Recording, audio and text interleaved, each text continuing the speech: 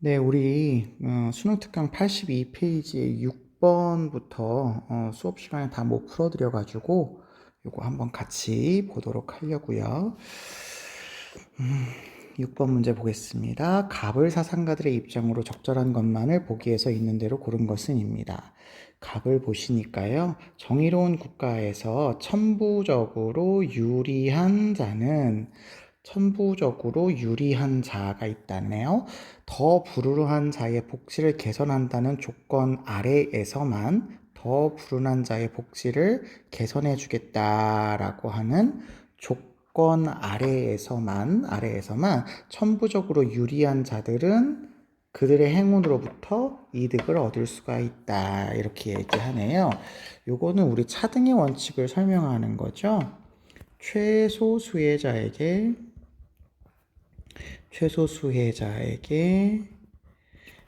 복지를 개선해주는 최대 혜택을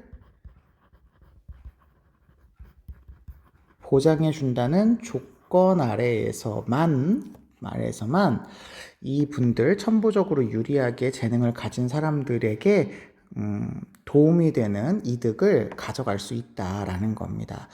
이게 이제 일단은 롤스 선생님의 이야기인데요. 롤스 선생님은 천부적으로 누가 유리하게 많은 재능을 혹은 뭐 자산을 가지고 태어났는데 그 자체로 응분의 자격을 갖지는 않잖아요. 그래서 그 공유해야 하는 그 부분에 대해서 천부적 자산의 분포의 차이가 나는 부분에 대해서 사회적인 약자에 해당할 수 있는 최소수혜자인 더 불운한 자, 이 분들도 똑같이 존중을 받을 수 있도록 최대 혜택이 부여된다면 이분들이 가지고 있는 재산을 자기의 재산으로 쓸 수 있게 되는 원리가 형성이 되는 거죠. 그래서 요 자체 문장이 굉장히 중요한 문장이니까 잘 기억을 해주시고, 요게 선지로도 많이 출제가 되고 있으니까요. 잘 기억을 해주시고 알아두시면 좋을 것 같아요. 그리고 요 맥락을 좀 잘 이해해 주세요. 을을 보겠습니다.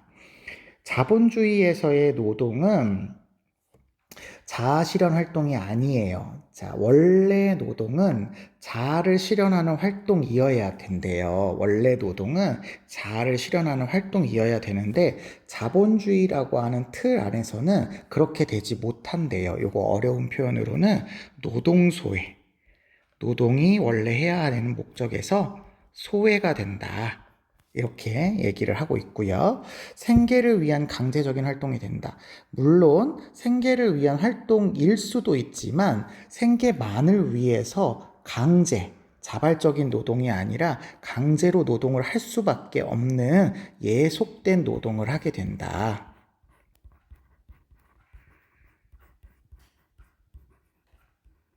그래서 여기서부터 벗어나서 우리가 행복하게 살아가고 정의롭게 살아가기 위해서는 사적인 소유를 없애고 공동생산, 공동분배의 사회인 공산주의 사회를 건설해야 된다라고 보시는 마르크스 선생님의 이야기가 되겠습니다. 네. 같이 보시면요. 천부적 재능의 분포의 우연성 그 자체를 자, 지금 앞에 좀 길어요. 천부적 재능 그 자체가 아니고요. 분포의 우연성입니다. 분포의 우연성을 부정의로 간주해서는 안 되느냐라고 부정적으로 물어보고 있습니다. 자, 롤스에게 있어서 천부적 분포 자체는 개인의 소유가 될 수 있어요. 근데 천부적 재능의 분포는 공동 소유가 될 수 있어요. 그렇기 때문에 그 자체로 천부적 재능 자체로 응분의 소유 권리를 발생시키지 않고 이 사람의 어떤 소유 권리가 발생되기 위해서는 아까 여기 위에 나온 것처럼 더 불운한 자들의 복지를 개선한다는 조건이 있어야지만 그 사람의 소유가 됩니다. 그냥 그대로 자기의 소유로 발생되지 않아요. 그런데 이건 그걸 물어보는 게 아니라 이게 우연하게 그 사람에게 주어져 있다라고 하는 그 자체를 물어보는 거거든요. 우연하게 어떤 사람은 많이 갖고 어떤 사람은 적게 가진 것은 부정의로 간주해야 되냐라고 물어보는 건데, 수업 시간에도 말씀을 드렸지만 부정의가 아니라 그냥 이거는 정의롭지도 않은 거고 부정의한 것도 아닌 그냥 사실입니다. 일반적이고 우연하고 임의적인 그냥 사실인 거지 부정의가 아니에요. 그래서 부정의로 간주해서는 안 된다라고 얘기하시면 롤스가 맞는 표현이 됩니다. 맞는 표현이 됩니다. 잘 생각해 주세요. 자, 니은 가겠습니다. 이상적인 분배가 실현되려면 마르크스죠. 이상적인 분배를 실현하려면 생산수단의 배타적인 소유권을 폐지해야 된다. 생산수단의 마르크스는 공유를 주장하시죠.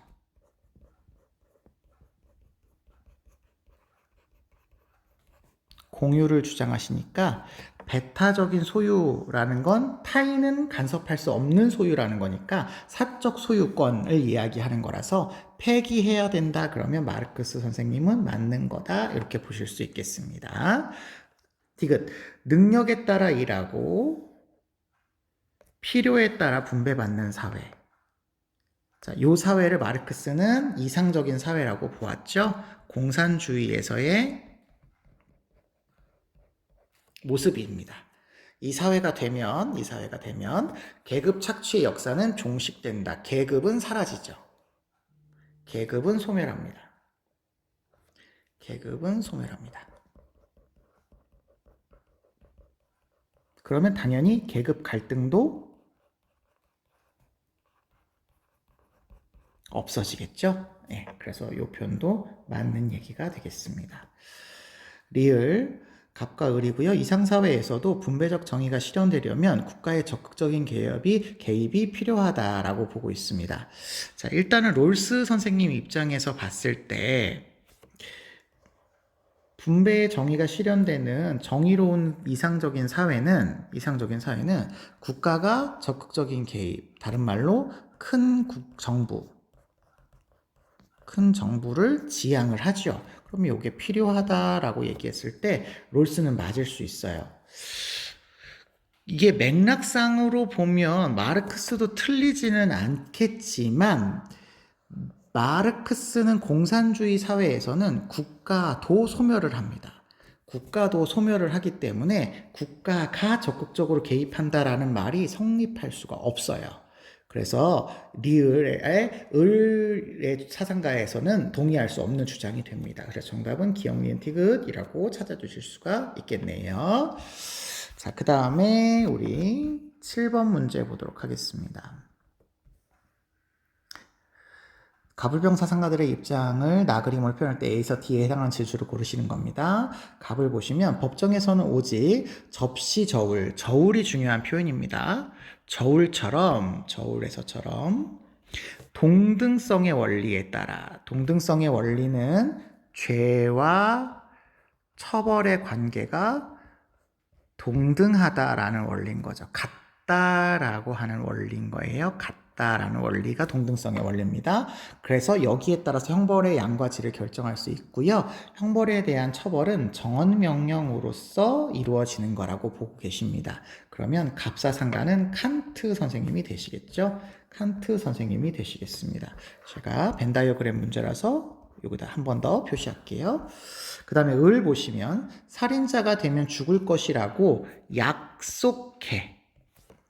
나는 살인자가 되면 죽을 거야 라고 약속해요. 이 약속은 개인과 개인 사이의 약속이 아니라 사회적인 약속이죠. 사회적인 약속. 이 약속을 조금 법적으로 표현하면 계약이죠. 계약을 한 거는 다른 살인자에게 희생되지 않기 위해서 우리는 계약을 맺은 겁니다. 그렇죠. 다른 사람에게 희생되지 않도록 하기 위해서 나도 다른 사람을 죽이지 않겠어라고 약속을 해서 우리는 국가를 만들었다라는 거예요. 그래서 우리는 이 계약을 통해 자신의 생명을 처분한다기보다 오로지 생명을 보존하려고 국리를 한대요. 계약의 목적은 생명을 해치는 데 목적이 있는 게 아니라 생명을 보존하려고 하는 게 목적이 있는 거야. 하지만 생명을 보존하지 않은 살인자는 처벌할 수 있어를 이야기하는 루소 선생님의 이야기가 되겠습니다. 루소 선생님의 이야기다. 이렇게 보시면 되겠고요. 병을 보겠습니다.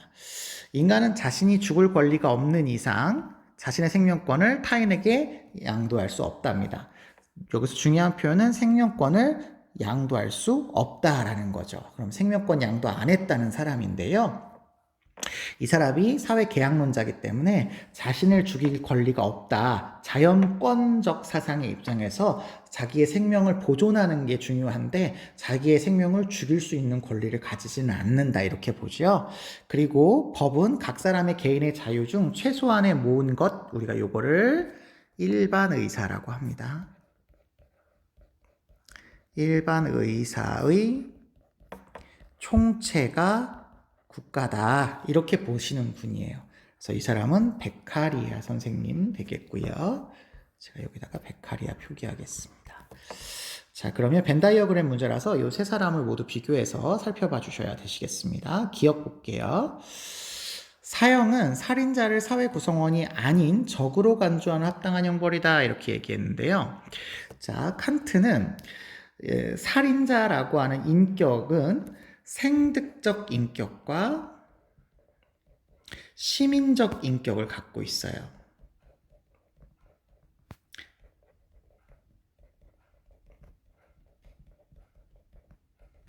그럴 때 생득적인 인격은 범죄함으로 소멸하지 않습니다. 상실되지 않는다라는 표현을 보통 하죠. 상실되지 않습니다. 하지만 살인을 통해서 시민적 인격은 상실이 가능하죠. 상실이 가능합니다. 그러면 사회 구성원이 아닌 사람으로 죽을 수는 있어요. 그렇지만 이걸 꼭 적으로 간주한다라고 하는 얘기는 할 수 없어요. 이런 표현을 하지 않거든요. 그래서 칸트는 동의할 수 없는 표현이다. 이렇게 기억을 해주시면 좋을 것 같아요. 하지만 시민적 인격은 상실할 수 있다라는 거 알아두시면 좋겠습니다. 자, 그 다음에 루소 입장을 보시면 루소는 이 말에 동의하시죠. 살인자는 자기가 생명을 보장받기 위해서 다른 살인자에게 희생당하지 않기 위해서 계약을 맺었는데 살인을 했다라는 건 계약을 파기한 사람인 거죠. 계약을 파기한 사람인 거죠. 그렇기 때문에 이분은 계약 안에 들어와 있는 사람이 아니라 우리 1번 하고 있죠? 계약 안에 들어와 있는 사람이 아니라 계약 바깥에 있는 국가 바깥에 있는 적이다. 이렇게 얘기할 수 있어서 정당한 형벌이다라고 루소는 동의할 수 있는 표현이 되시겠습니다. 베카리아는 사형을 정당하다고 보지 않죠. 사형을 정당하다고 보지 않습니다. 그래서 틀렸다. 이렇게 보시면 될 것 같습니다. 살인자도요. 구성원이에요. 어쨌든 시민사회의 구성원으로서 자신의 생명을 보호받기 위해 사회로 들어온 사람이야. 그렇기 때문에 적으로 보지 않습니다. 그래서 이 사람에게도 정당한 형벌이라고 얘기할 수 없어요. 자, 니은 가겠습니다. 살인자에게 사형을 부과하는 것은 공적 정의 실현에 부합한다. 자, 요 말은 기억해 주세요. 공적 정의 실현은 형벌을 부과하는 데 있어서 모든 우리가 배운 사상가들이 동의할 내용입니다. 내용이에요. 그런데 지금 주어가 요 사형입니다. 사형이기 때문에 칸트랑 루소가 동의하는 거는 문제가 없는데요. 지금 형벌이 아니고 사형에 대해서는 베카리아가 반대하고 이건 공적 정의 실현할 수 있는 길이 아니라고 봅니다. 아니라고 보죠. 그래서 베카리아만 반대할 입장으로서 니은은 맞는 거다. 이렇게 보시면 되겠습니다. 자, 디귿 가실게요. 형벌 집행은 시민 전체 이익 증진에 기여할 때, 시민 전체 이익 증진에 기여할 때, 요 말은 계약론의 입장이죠. 주어는 지금 사형이 아니라 형벌입니다. 그러면 요 말은 베카리아도 계약론을 주장하니까 맞고요. 그 다음에 루소도 계약론을 주장하니까 맞겠죠. 그리고 여기 나오지 않았지만 공리주의 입장에서도 다수의 이익을 증진하는 거라면 맞겠죠. 하지만 칸트 선생님은 이익과 무관하게 형벌은 범죄를 저질렀다라는 이유만으로 반드시 처벌되어야만 하는 행위가 됩니다. 처벌되어야만 하는 행위가 됩니다. 예, 그래서 칸트는 동의하지 않을 표현이다라고 알아두시면 되실 것 같아서 요거는 을과 병이 동의해야 되는 여기에 들어가야 될 답이에요. 여기에 들어가야 될 답. 그래서 요거는 아니다. 그 다음에 리을. 범죄자에 대한 처벌이 사회계약에 포함될 수 있냐? 칸트는 포함될 수 있다고 했었죠. 포함될 수 있다고 했었고요. 그리고 루소도 사회계약론자니까 당연히 포함되겠고 베카리아 선생님도 사회계약의 입장에서 이야기하시죠. 그래서 다 포함됩니다. 그런데 지금 이게 범죄자의 처벌이 아니라 만약에 사형이라고 들어간다면 사형은 계약에 포함되냐라고 물어본다면 베카리아만 빼고 맞는다 이렇게 오시면 되겠습니다. 여기 나오지 않은 벤담 선생님은 사회계약론자가 아니라서 벤담 선생님은 사회계약에 포함된다는 얘기를 안 하겠고요. 나머지는 다 할 수 있게 되는데 사형이 된다 그러면 베카리아는 사형에 반대하시니까 X 이렇게 와주시면 될 것 같아요. 그래서 갑과 병에 동의하는 여기에 갈 수 있는 표현인데 지금 우리는 사형을 얘기하는 게 아니라 범죄자에 대한 처벌만 얘기하는 거니까 모두가 동의하는 내용으로 들어갈 수 있어서 정답은 이렇게 니은과 리을로 찾으실 수 있는 내용이 되겠습니다. 굉장히 좋은 선지들이 많이 있었어요. 잘 기억해 주셔요. 자, 8번 보겠습니다. 사형을 대체한 종신노역형만으로도 가장 완강한 자의 마음을 억제시키기에 충분한 정도의 엄격성을 지니고 있어. 그러니 사형 말고 종신노역형을 해야 해 라고 주장하시는 분은 베카리아 선생님이죠. 베카리아 선생님이십니다. 그래서 종신노역형은 사형 이상의 확실한 효과를 갖기 때문에 사형보다 종신노역형이 바람직해를 이야기하시고 있으십니다. 반면에 을을 보시면 모든 형벌은 그 자체로 악이다. 이런 얘기 누가 하시는지 기억하셔야죠. 형벌은 그 자체로 악이다. 이거 직접적인 표현은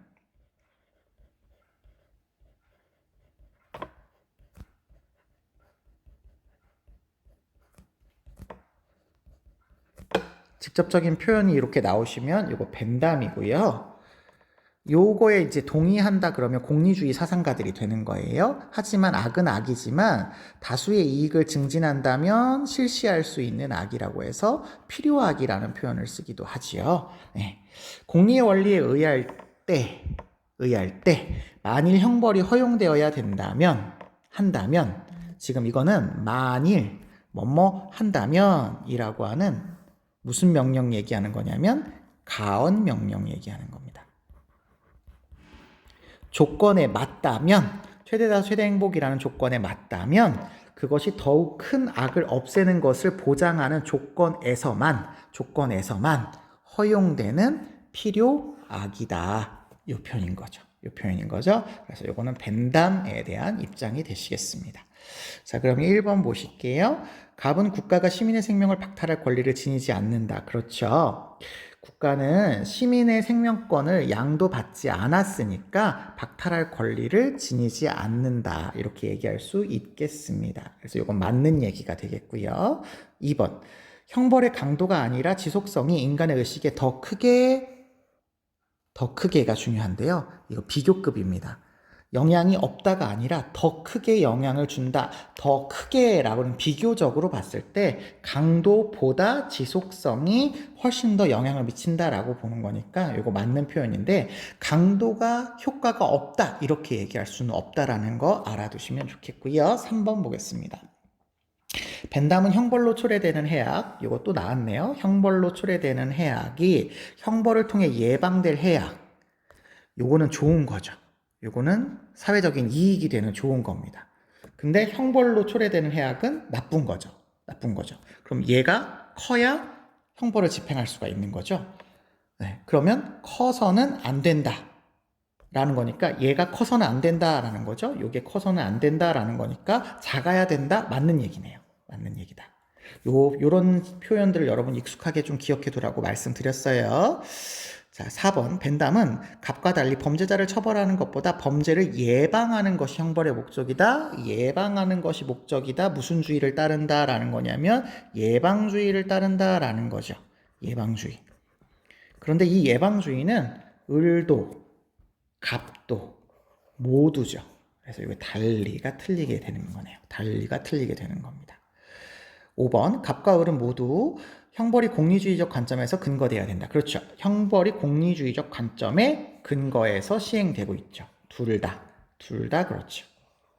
그렇죠. 물론 베카리아는 공리주의적 관점과 계약론적인 관점을 동시에 가지고 있기는 합니다만 공리주의에 근거하고 있다라는 말이 틀리지는 않으니까 틀린 답은 4번밖에 없다. 이렇게 오시면 되겠습니다. 넘어가겠습니다. 9번. 갑을의 사상과 입장으로 적절한 것만을 골라라 되어 있죠. 갑을 보시면 형벌로서 사형에 처하는 것은 살인자에게 희생되지 않기 위해서다. 이거 앞에서 우리 한번 나왔었죠. 나는 살인자에게 희생되고 싶지 않아. 그래서 사형이라는 제도를 만들어서 우리는 그것에 따라서 다른 사람에게로부터 자신의 생명을 보장받는 거야. 이렇게 얘기하는 사상가예요. 그래서 사회 계약은 계약 당사자의 생명 보존을 목적으로 이루어져 있고 사형은 계약 위반에 대해서 형벌로 집행할 수 있어 라를 얘기하시는 루소 선생님의 이야기인 거죠. 자, 을 보겠습니다. 형벌로 사형은 고통받는 인격 안의 인간성을 끔찍하게 만들 수 있는 모든 가혹행위로부터 벗어나게 해주는 거다. 모든 인격을 사형이라는 형벌을 통해서 인격을 고통받는 가혹행위로부터 벗어나게 해주는 것, 다른 표현으로 좀 해보시면 형벌이라고 하는 것이 인격을 존중하는 차원에서 목적으로 이루어지는 것이다. 이렇게 얘기하는 거죠. 살인했다는 이유만으로 살인을 했다는 범죄를 저질렀다는 이유만으로 가해지는 것, 처벌을 받는 것이다. 이렇게 보고 있는 사상가예요. 그래서 칸트 선생님 되시겠습니다. 자, 그러시면 기억 보실게요. 루소는 살인범에 대한 사형은 주권자가 위임할 수 없는 권리냐? 그렇지 않지요. 주권자가 위임할 수 있어야 국가가 사용할 수 있는 권리를 갖겠죠. 그래서 선생님이 수업 시간에 생명권을 루소는 양도한다 라고 말씀을 드렸습니다. 위임해야 됩니다. 그 다음에 2번 루소는 자국의 시민은 계약 안에 들어와 있는 사람을 살해한 사람은 누구나 그 자국의 시민, 자국에 대한 반역자, 우리 앞에 문제에서는 적이라고 표현했죠. 적이 돼요. 그래서 이 사람을 죽여도 된다. 이렇게 얘기를 하고 있으시죠? 그래서 요거는 맞는 표현이다. 이렇게 오시면 될 것 같고요. 디귿 보겠습니다. 칸트는 살인범은 생득적 인격성을 가지는데, 이거 아까 말씀드렸죠? 생득적 인격성과 심리적 인격성이 있는데, 생득적 인격성은 상실되지 않는다라고 했습니다. 상실되지 않아요. 범죄를 저지른다고 상실되지 않는 인격입니다. 물권의 대상이 되는 것, 다른 표현으로 이야기하면 인격을 수단이 되게 만드는 것에 대해서 방어해준대요. 수단이 되지 않게 해준대요. 그러면 이거 맞는 얘기가 되겠죠. 인간을 목적으로 존중하는 거다라는 얘기니까 맞는 얘기가 되겠죠. 리을. 시민의 안전과 생명의 보호를 위해 살인범에 대한 사형은 필요하다라고 했는데, 자, 이렇게 얘기하시면 칸트 입장에서 이게 요걸 위해서 살인범은 사형을 처해야 된다는 거니까 요게 목적이 되어야 된다는 얘기예요. 그런데 칸트는 죄를 저질렀다는 이유만으로 처벌을 하는 거지 죄와 상관없는 시민의 안전과 생명의 보호를 위해서 사형을 집행하는 게 아니죠. 아닙니다. 아니에요. 그래서 칸트가 동의할 수 없어요. 하지만 루소 선생님은 계약론의 관점이기 때문에 계약자인 시민의 생명과 재산과 권리를 보호하기 위해서 살인범은 사형에 처해질 수 있다. 이렇게 얘기를 할 수 있어서 루소는 동의할 수 있는 내용입니다. 그래서 정답은 니은과 디귿만 해당할 수 있는 3번이 되겠네요. 3번이 되겠습니다. 자, 10번 문제는 이게 사상가가 있는 문제가 아니에요. 사상가가 있는 문제가 아니라서 여러분, 요거는 그냥 여러분이 알아서 한번 풀어봐 주시면 되실 것 같습니다. 자, 지금 형사적 정의에 관련된 문제들이 상당히 적어요. 적기 때문에 여러분 제가 나눠드린 우리 문제편 있잖아요. 문제편에 나와 있는 문제들을 꼼꼼하게 잘 봐주시면서 혹시 질문이 있으시면 선생님한테 질문을 해주시면 좋을 것 같습니다. 여기 있는 내용만으로 충분하지가 않아요. 그러니까 잘 봐주시고 문제를 해결해 주시면 좋을 것 같습니다. 네, 여기까지 정리해 보도록 하겠습니다.